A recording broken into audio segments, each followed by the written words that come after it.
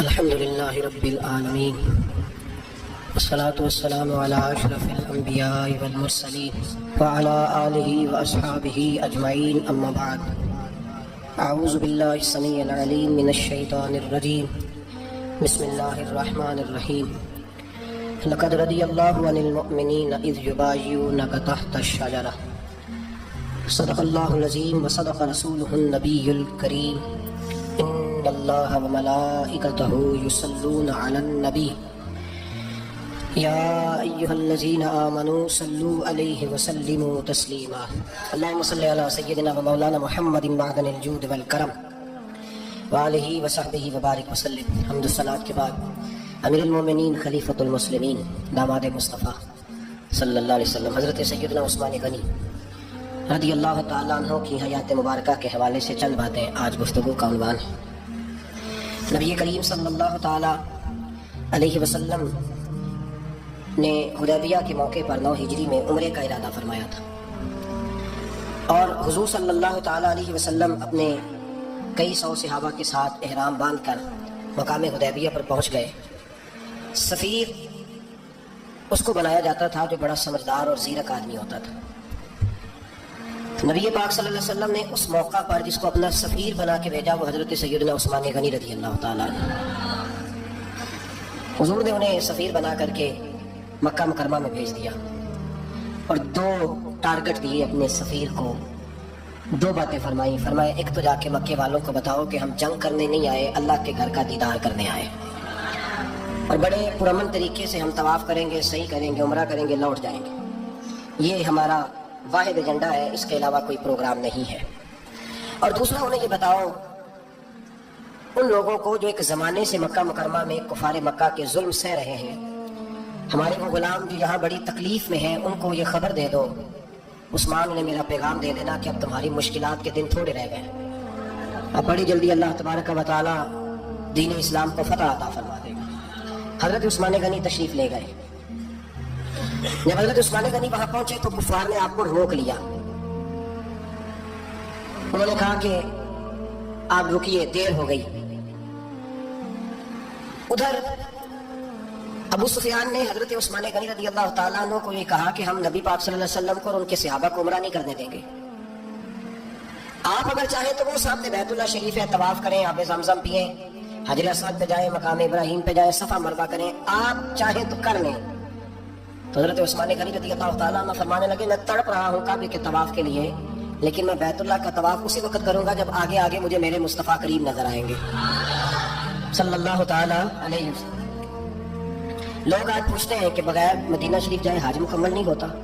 میں نے کہا مدینہ شریف کے بغیر حج ہو جاتا ہے، پر مدینے والے کے بغیر نہیں ہوتا. اس لیے کہ حضور نے فرمایا صحیح مسلم میں خذوا عنی مناسککم، حج کے طریقے مجھ سے سیکھو. اللہ نے تو کہہ دیا حج کرو، تفصیل تو بتائی نہیں. تو اب آپ کو حضور سے سیکھنا پڑے گا. مدینے کے بغیر تو شاید حج ہو جائے، پر مدینے والے کے بغیر حج نہیں ہوتا. حضرت عثمان غنی رضی اللہ تعالیٰ عنہ نے کہا میں طواف ضرور کروں گا، پر اس وقت کروں گا جب مجھے حضور آگے آگے نظر آئیں گے. ادھر ایک شخص نے حضور کی بارگاہ میں بھی کہا اپنوں کا نہ پتہ ہوتا ہے، دل پدستاور کے حجی اکبر است. جو دل ہوتے ہیں نا، دل کو دل سے راہ ہوتی ہے. یہ کئی دفعہ جسم علیحدہ علیحدہ ہوتے ہیں پر یہ اکٹھے دھڑک رہے ہوتے ہیں، تو دل کو راہ ہوتی ہے. عرض کی یا رسول اللہ صلی اللہ علیہ وسلم عثمان غنی تو طواف کر رہے ہوں گے، صفا مروہ میں ہوں گے، بڑی موج ہوگی، آب زمزم کھول کے پی رہے ہوں گے. حضور نے سامنے والے کا چہرہ غور سے دیکھا، فرمایا عثمان کو تم زیادہ جانتے ہو کہ میں زیادہ جانتا ہوں؟ یا رسول اللہ آپ ہی زیادہ جانتے ہیں. فرمایا پھر فکر نہ کرو، عثمان میرے بغیر طواف نہیں کرے گا. اب بات ختم ہو گئی، میرے بغیر عثمان طواف نہیں کرے گا، ختم ہو گئی. اب کسی نے افواہ پھیلا دی کہ حضرت عثمان غنی کو شہید کر دیا گیا. نبی پاک علیہ السلام تک بھی خبر آئی. حضور جانتے تھے ہمارا دل نہیں کرتا کوئی انتشاری بات کرنے کو، لیکن جب لوگ کرتے ہیں تو پھر دل کو تکلیف ہوتی ہے. اب یہاں سب نے لکھا ہے کہ نبی پاک صلی اللہ علیہ وسلم کو خبر ملی، حضور پریشان ہوئے، صحابہ کو مشورے کے لیے بھی بلایا، بیعت رضوان بھی ہوئی. اگر علم غیب ہوتا یہ سارا کچھ نہ ہوتا. اور میں نے کہا خدا کے بندے اگر حضور اپنا علم غیب اس وقت ظاہر کرتے تو حضرت عثمان کے لیے قرآن کی آیتیں نہ نازل ہوتی، اس بیعت کے تذکرے نہ ہوتے. ہر بات پہ لوگ معاذ اللہ تعالیٰ. دیکھیے نا یہاں یہ جملہ چھوڑنے کی کیا ضرورت ہے؟ تم قوم کو کیا دے رہے ہو؟ لوگوں کو کیا بتا رہے ہو کہ نبی پاک علیہ السلام اندھیرے میں بیٹھ کے فیصلے کر رہے تھے؟ کیا بتا رہے؟ آج انٹیلیجنس کی رپورٹس بتا دیتی ہیں کہ وہ فلاں کس طرح کا ماحول ہے اور آپ نے کس طرح کرنا ہے، تو تمہیں اپنی خفیہ ایجنسیوں کے مطابق تم فیصلہ کرو تو کہتے ہو ہم بھائی اندھیرے میں فیصلہ نہیں کر رہے ہیں، ہمیں رپورٹ ہے تو فیصلہ کر رہے ہیں. اور نبی پاک علیہ السلام کے بارے میں تم لوگوں کو یہ بتا رہے ہو کہ حضور اندھیرے میں فیصلہ کر دیتے تھے، پتہ ہی نہیں تھا. کس طرح کی بات کرتے ہو؟ میرے محبوب پاک علیہ السلام فرماتے ہیں کہ اللہ تبارک و تعالیٰ نے مجھے اس طرح کا علم عطا فرمایا ہے کہ جو تمہارے ذہن میں ہو مجھ سے پوچھو، میں فوراً تمہیں جواب دوں گا. لیکن لوگ اڑ گئے ہیں، کیا کیا جائے؟ اور عجیب فلسفہ ہے، یہاں بھی گرا لگا دی. پتا ہوتا تو یہ سارا کچھ، میں نے کہا خدا کے بندے اگر یہ سارا کچھ نہ ہوتا تو پھر یہ آیتیں کیسے نازل ہوتی؟ پھر صبح قیامت تک حضرت عثمان غنی کی عظمتوں کا کیسے پتہ چلتا؟ جب خبر ملی نا کہ حضرت عثمان غنی کو شہید کر دیا گیا تو حضور نے صحابہ کو بلایا، فرمایا آؤ میری بیعت کرو. حالانکہ بیعت پہلے ہو چکی، آؤ دوبارہ بیعت کرو. یا رسول اللہ کس چیز کی بیعت کرنی ہے؟ تو نبی پاک نے فرمایا میرے ہاتھ پہ بیعت کرو کہ ہم عثمان غنی کے خون کا بدلہ لیے بغیر یہاں سے جائیں گے نہیں، ہم عثمان کے خون کا بدلہ لیے بغیر یہاں سے جائیں گے. اور حوالہ کسی نے دیکھنا علامہ اسماعیل حقیقی کا تو میں دکھاؤں گا، جس شخص نے دوڑ کر سب سے پہلے نبی پاک کی بیعت کی وہ مولا علی شیر خدا تھے. کہ یا رسول اللہ جانے نہیں عثمان کے خون کا بدلہ لیے بغیر، سب سے پہلے شیر خدا آگے بڑھے. آج لوگ انہی لوگوں میں اختلاف دکھانے کی کوشش کرتے ہیں، سیدہ حاصل کرتے ہیں. سب سے پہلے دوڑ کر حضرت شیر خدا آگے بڑھے، کا حضور میں بیعت کرتا ہوں. نبی پاک نے صحابہ کے ہاتھوں بیعت ہو رہی ہے. یہ وہ والا واقعہ نہیں جو اس چوک میں پیش آیا تھا، یہ وہ والا واقعہ نہیں جو میرے ساتھ ہوا تھا تو میں آپ کو سنا رہا ہوں. یہ وہ والا واقعہ ہے جو رب کو اتنا پسند آیا کہ اللہ نے قرآن پاک میں بیان فرما دیا ہے. اس کی اہمیت کا اندازہ لگایا کہ رب کریم کو اتنا محبوب ہے یہ انداز کے قرآن میں بیان کیا. ایک درخت تھا، کانٹوں والا درخت، اس کو شارحین نے لکھا ہے. کچھ لوگ کہتے ہیں بیری کا درخت تھا. نبی پاک درخت کے نیچے بیٹھ کے فرمایا بیعت کرو سارے. کن کے لیے بیعت ہو رہی ہے؟ حضرت عثمان غنی کے لیے. ایک بیعت دین کے لیے ہوئی، قرآن کے لیے ہوئی، حدیث کے لیے ہوئی، اللہ کی توحید کے لیے. اور آج نئے سرے سے بیعت ہو رہی ہے، کس کے لیے؟ بول کے بتائیے. حضرت سیدنا عثمان غنی رضی اللہ تعالیٰ عنہ، اس شخص کی عظمت کا کوئی اندازہ کر سکتا ہے جن کے لیے نبی پاک نے خاص کر کے تخصیص کر کے ایز اے اسپیشل بیعت لی. اور صحابہ نے جب بیعت کی تو اللہ کو اتنی پسند آئی کہ قرآن مجید کی سورہ فتح کی آیت نمبر 18 میں بیان کیا. فرمایا لقد رضی اللہ عن المؤمنین اذ یبایعونک تحت الشجرہ. فرمایا محبوب تحقیق اللہ ان مومنوں سے راضی ہے جو درخت کے نیچے آپ کی بیعت کر رہے تھے. تحقیق اللہ ان سے راضی ہوا، ان ایمان والوں سے جو درخت کے نیچے آپ کی بیعت کر رہے تھے. درخت کے نیچے تحت الشجرہ.